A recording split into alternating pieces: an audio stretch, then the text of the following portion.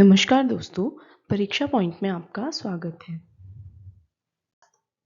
आज हम इस वीडियो में कक्षा 12वीं के राजनीतिक विज्ञान की दूसरी पुस्तक स्वतंत्र भारत में राजनीति के पहले अध्याय राष्ट्र निर्माण की चुनौतियां के इम्पोर्टेंट नोट्स और पॉइंट्स डिस्कस करेंगे। तो चलिए शुरू करते हैं। राष्ट्र निर्माण में चुनौतियां। तो राष्ट्र निर्माण में जैसा हम चैप्टर के नाम से ही समझ पा रहे हैं, राष्ट्र निर्माण की क्या चुनौतियां उस टाइम पे भारत के सामने रही। नए राष्ट्र का निर्माण करना था, विभाजन हुआ था, स्वतंत्रता मिली थी। उसके बाद अब नए राष्ट्र के सामने जो चुनौतियां थी वो क्या रही। तो पहले थी जनसंख्या के आधार पर हमारा देश जो है सबसे बड़ा है और उसकी वजह से भारत के सामने आज़ादी के बाद कई बड़ी बड़ी चुनौतियां आई और सबसे पहली चुनौती थी अखंड राष्ट्र का निर्माण करना था, क्योंकि उस टाइम पर भारत बहुत सारे टुकड़ों में विभाजित था और एक एकता के सूत्र में उसको बांधना एक सबसे बड़ी चुनौती थी। ब्रिटेन के 200 साल के उपनिवेशवाद के बाद अब 14 से 15 अगस्त 1947 की आधी रात को जो है हमें स्वतंत्रता मिली और एक स्वतंत्र राष्ट्र के रूप में भारत का उदय हुआ। आधी रात को भारत के प्रथम जो प्रधानमंत्री थे वो थे जवाहरलाल नेहरू। उन्होंने एक भाषण दिया था संविधान सभा में, विशेष सत्र बुलाकर, जिसको किसका नाम दिया गया, ट्रिस्ट विद डेस्टिनी का नाम दिया गया। तो ये भाषण इम्पॉर्टेंट है, इसका नाम पता होना चाहिए, इसको किस नाम से जाना जाता है। संविधान सभा में इस दौरान राष्ट्रीय आंदोलन के समय जो मांगे उठी थी उसमें दो बातों को माना गया था। पहली बात क्या थी कि देश में जो लोकतांत्रिक सरकार का गठन होगा, और दूसरी थी जितने भी गरीब और कमजोर वर्ग के लोग हैं वो सरकार उसके लिए काम करेगी और उन वर्गों के हितों का खास तौर पर ध्यान दिया जाएगा। तो पहली तीन चुनौतियां भारत के सामने क्या रही उन पर डिस्कशन करते हैं। पहली तीन चुनौतियां थी विविधता में एकता, लोकतांत्रिक व्यवस्था को अपनाना और समाज का विकास। तो पहले विविधता में एकता को समझते हैं। भारत एक महादेश के बराबर था आकार के हिसाब से भी और जनसंख्या के हिसाब से भी। और स्वतंत्रता के बाद क्या हुआ कि सबसे पहली चुनौती हमारे सामने क्या रही कि किस तरह से इतनी सारी जातियों, धर्मों और भाषाओं और संस्कृतियों को एकता के धागे में किस तरह से पिरोया जाए, इस विविधता भरे देश को एक साथ कैसे लाया जाए। क्योंकि पहले क्या धारणा थी कि इतनी बड़ी जनसंख्या को और इतनी विविध जनसंख्या को एक साथ रख पाना बहुत ज़्यादा मुश्किल चीज़ है। और भारत इस समय पे क्षेत्रीय अखंडता को बनाना चाहता था। भारत का पहला लक्ष्य क्या था कि जनता, भारत की पूरी जनता एक साथ रहे और किसी भी तरह का कोई भेदभाव ना बना रहे। उस अखंडता को बनाए रखना सबसे बड़ी समस्या थी और उस समय सबसे बड़ी चुनौती यही दिखाई दे रही थी। नेक्स्ट थी लोकतांत्रिक व्यवस्था को अपनाना, कि किस तरह से देश में लोकतंत्र स्थापित किया जाए। नेहरू रिपोर्ट और उनकी प्रस्तावना आई, उसमें कहा गया कि नागरिकों को मौलिक अधिकार और स्वतंत्रता प्रदान की जाएगी। नेक्स्ट थी समाज का विकास। समाज के विकास के लिए सरकार का मानना था कि इसमें संपूर्ण समाज का हित होना चाहिए, यानी कि किसी एक तबके को ज़्यादा, एक तबके को कम, इस तरह का नहीं। संपूर्ण समाज को एक साथ लेकर चलना है और एक समाज के साथ एक तरह का व्यवहार किया जाएगा। सभी समाजों के साथ एक तरह का व्यवहार किया जाएगा। विभाजन, पुनर्वास और विस्थापन। विभाजन की प्रक्रिया बहुत ज़्यादा कठिन रही, पहले इसको समझते हैं। तो 1947 की आधी रात को सिर्फ भारत ही आज़ाद नहीं हुआ था या भारत का ही निर्माण नहीं हुआ था, पाकिस्तान नाम का भी एक राष्ट्र बना था, ये सभी जानते हैं। ब्रिटिश इंडिया का दो भागों में विभाजन हुआ था। ब्रिटिश जिस पर राज करके गए थे, जिस भारत पर, उसका दो भागों में विभाजन हुआ। किस में? भारत और पाकिस्तान के रूप में। 1940 के दशक में मुस्लिम लीग ने एक अलग मुस्लिम राष्ट्र बनाने की मांग की थी। तो द्विराष्ट्र सिद्धांत यानी ये विभाजन का आइडिया कहाँ से आया था? मुस्लिम लीग से आया था। और ये मुस्लिम लीग कब हुई थी? 1940 के दशक में हुई थी। और इसके बाद से ही द्विराष्ट्र सिद्धांत की बात छिड़ गई थी, जिसने विभाजन किया। कांग्रेस ने इसका विरोध किया, लेकिन बाद में इस मांग को मान लिया गया, यानी कि विभाजन को एक्सेप्ट कर लिया गया। विभाजन की प्रक्रिया क्या रही, किस हिसाब से हुआ विभाजन? विभाजन के समय यह निर्णय हुआ कि जिस स्थान को इस समय इंडिया के नाम से जाना जाता है उसको 2 देशों में विभाजित किया जाएगा। यह फैसला पीड़ादायक था। ऑब्वियसली हमें जहाँ से हम बचपन से रहते आ रहे हैं, हम उस प्लेस को एक टाइम पर छोड़ के जाना पड़ेगा और वहाँ से हमेशा हमेशा के लिए जाना पड़ेगा। तो ये इमोशनली बहुत वीक टाइम था। इस विभाजन का आधार जो था वो धार्मिक बहुसंख्यावाद था कि जहाँ पर मुसलमानों की आबादी ज़्यादा होगी वो हिस्सा क्या कहलाएगा, पाकिस्तान, और जहाँ पर हिंदुओं की आबादी ज़्यादा होगी वो हिस्सा कहलाएगा भारत।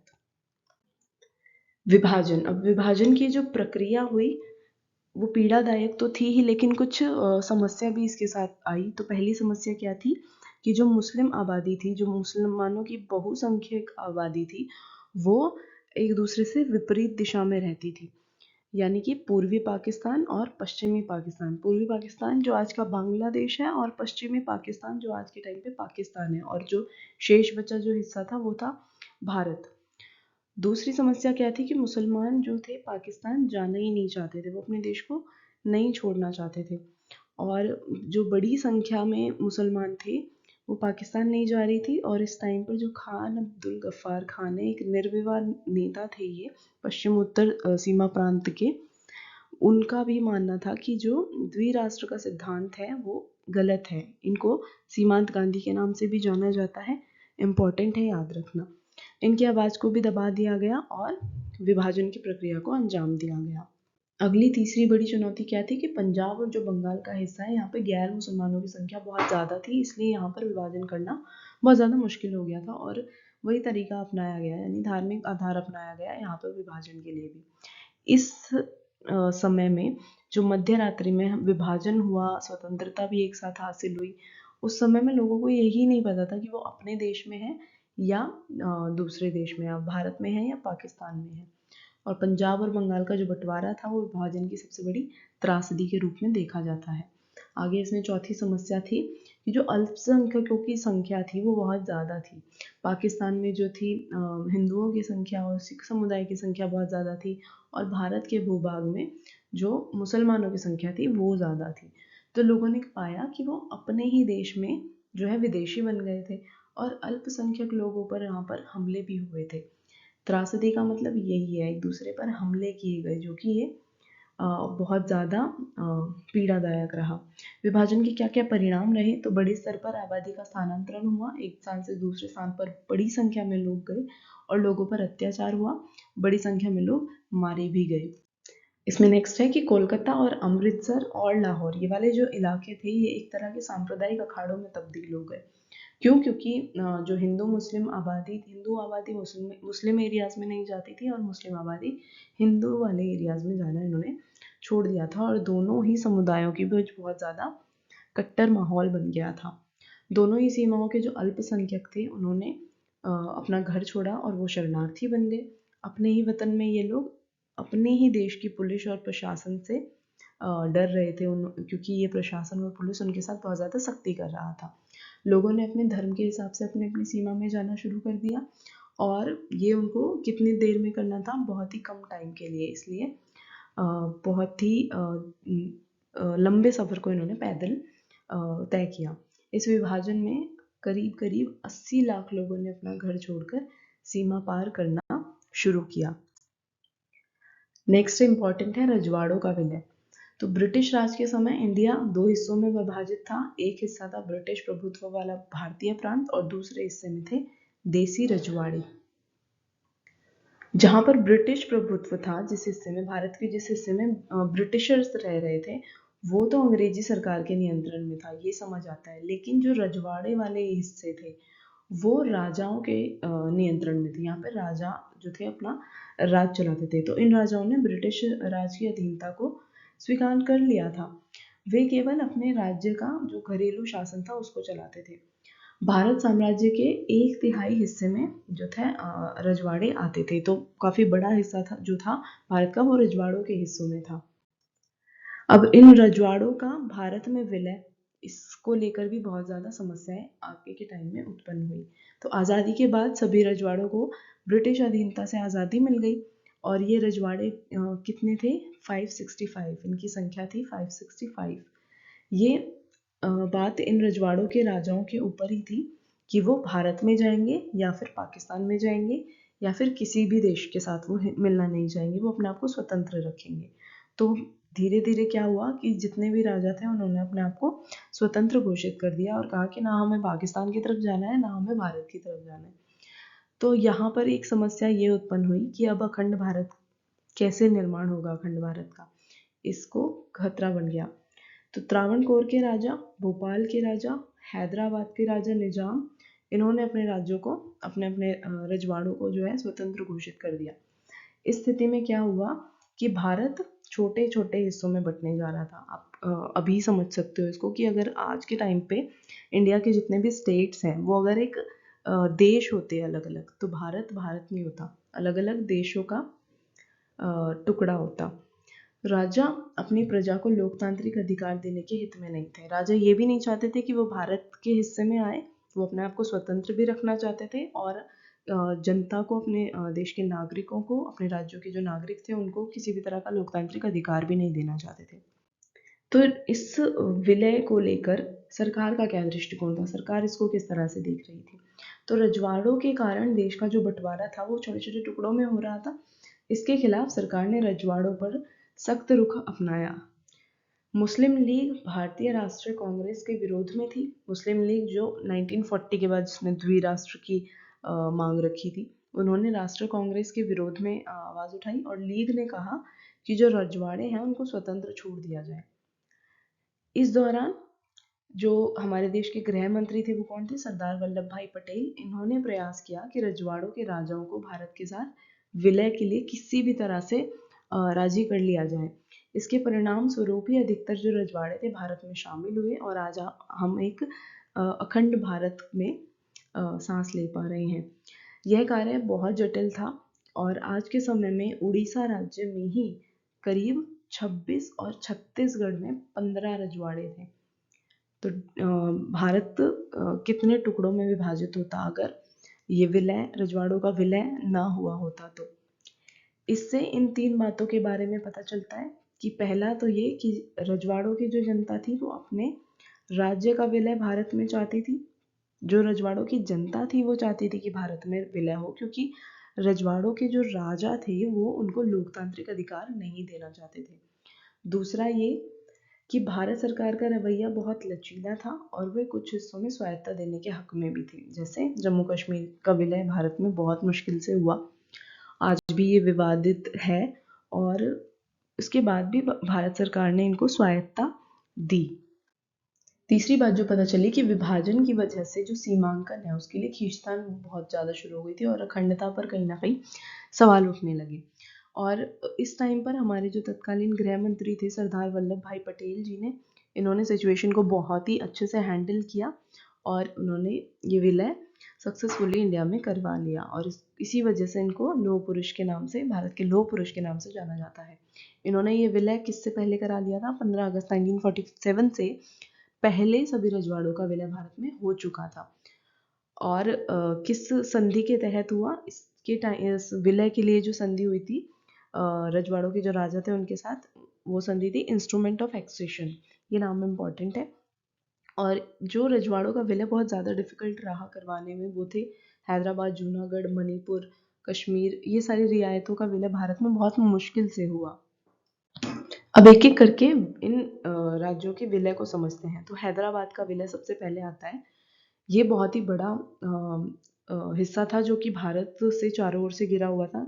आज के टाइम पे जो महाराष्ट्र है, आंध्र प्रदेश और कर्नाटका का हिस्सा है, ये था हैदराबादी रियासत का हिस्सा।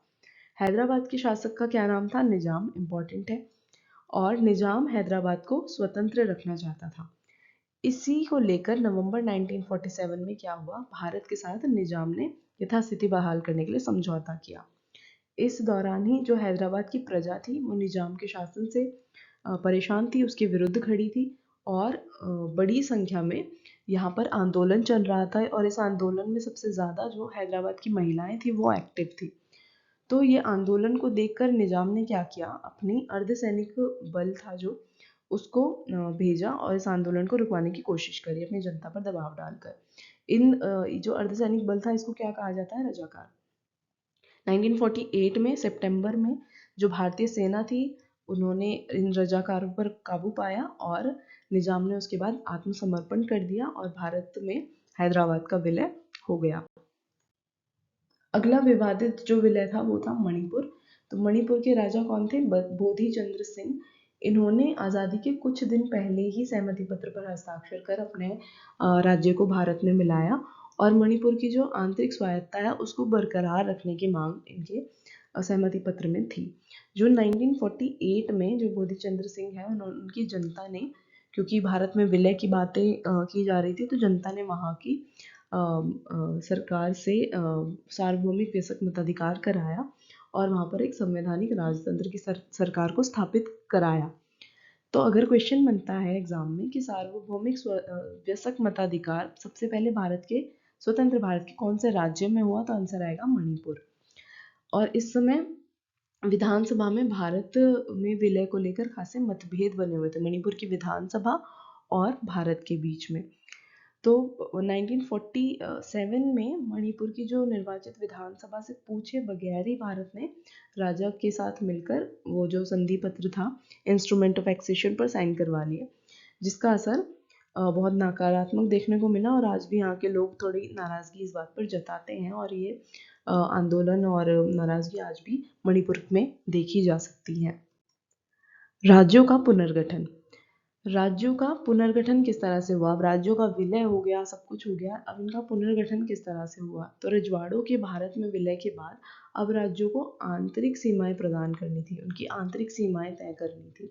अब इस बात की भी चुनौती थी, तो सरकार जो थी वो सीमाओं को इस तरह से तय करना चाहती थी कि जिस देश की सांस्कृतिक बहुलता है उसका दर्शन किया जा सके और जो देश की एकता है वो भी बनी रहे। ब्रिटिश शासन के दौरान प्रांतों की जो सीमाएं हैं वो प्रशासनिक सुविधा अनुसार की गई थी, जिसे आज़ादी के बाद स्वीकार्यता प्रदान नहीं की गई और एक नए ढंग से भारत के निर्माण की बात हुई। इसकी वजह से ही भाषा के आधार पर राज्यों का पुनर्गठन किया जाना शुरू हुआ। तो क्या हुआ? भाषा के आधार पर राज्यों का पुनर्गठन शुरू हुआ। कांग्रेस का जो नागपुर अधिवेशन हुआ था उसमें सबसे पहले राज्यों के भाषाई आधार पर पुनर्गठन की बात की गई थी। तो कांग्रेस का पहला जो नागपुर अधिवेशन था वो 1920 में हुआ था। इसके बाद भाषा को राज्यों के पुनर्गठन का आधार बना दिया गया कि भाषा के आधार पर ही अब भारत के जितने भी राज्य हैं उनकी सीमाएं निर्धारित की जाएंगी। जो मद्रास का तमिल भाषी क्षेत्र है वहाँ पर विद्रोह शुरू हो गया और एक आंध्र आंदोलन नाम का आंदोलन वहाँ पर शुरू हुआ। मद्रास प्रांत के जो तेलुगु भाषी इलाके हैं उसको आंध्र प्रदेश नाम के राज्य बनाने की मांग यहाँ पर चल रही थी और इस टाइम पर कांग्रेस जो केंद्र सरकार थी वो थोड़ी कंफ्यूज थी इस बात को लेकर, थोड़ी संदेह में थी। और कांग्रेस के ही एक नेता हैं थे श्री रामुलु, इन्होंने मांग मनवाने के लिए अनिश्चित काल का जो है भूख हड़ताल शुरू कर दी और 56 डेज तक ये अपनी भूख हड़ताल पर रहे, जिसके बाद इनकी मृत्यु हो गई। और 1952 में सक्सेसफुली आंध्र आंदोलन के बाद भाषाई आधार पर जो पहला राज्य था उसका गठन हुआ और आंध्र प्रदेश के बाद भारत में दूसरे राज्यों का भाषाई आधार पर गठन होना शुरू हो गया।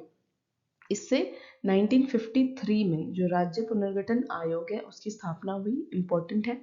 1956 में आई एक रिपोर्ट आई, उससे पता चला कि पुनर्गठन के नियम पास होने के बाद कितने राज्य बने हैं? 14 राज्य और 6 केंद्र शासित प्रदेश बनाए गए हैं। राज्य की भाषा और भाषाई संगठन का संघर्ष। राज्यों का पुनर्गठन हो गया और इस समय पर जो आशंका थी वो क्या थी कि कहीं भाषाई राज्यों का निर्माण होने के बाद एक अलगाववाद ना पनपने लग जाए। और 1948 में जो महात्मा गांधी थे उन्होंने भी ये कहा था कि अगर भाषा के आधार पर राज्यों का पुनर्गठन या गठन होता है तो जो क्षेत्रीय भाषाएं हैं उन पर इसका असर होगा। साथ ही जो क्षेत्रों की मांग थी उसको मानना और भाषा के आधार पर राज्यों का गठन, इससे लोकतंत्र को मजबूती मिलेगी, ये प्रयास भी रहे। और कहा गया कि लोकतंत्र केवल चुनाव कराने के लिए नहीं होता और जितने भी देश हैं उसमें विभिन्नता को पहचान कर उस आधार पर देश का लोकतंत्र जो है आगे बढ़ाना होता है। फ्रेंड्स, अगर आप भी इस तरह के इम्पोर्टेंट नोट्स चैप्टर वाइज प्राप्त करना चाहते हैं तो हमारी ऑफिशियल वेबसाइट parikshapoint.com पर विजिट कर सकते हैं। इसी तरह की इम्पॉर्टेंट और इन्फॉर्मेटिव वीडियोस के लिए आप हमारे चैनल को लाइक, शेयर एंड सब्सक्राइब ज़रूर करें। Thanks for watching.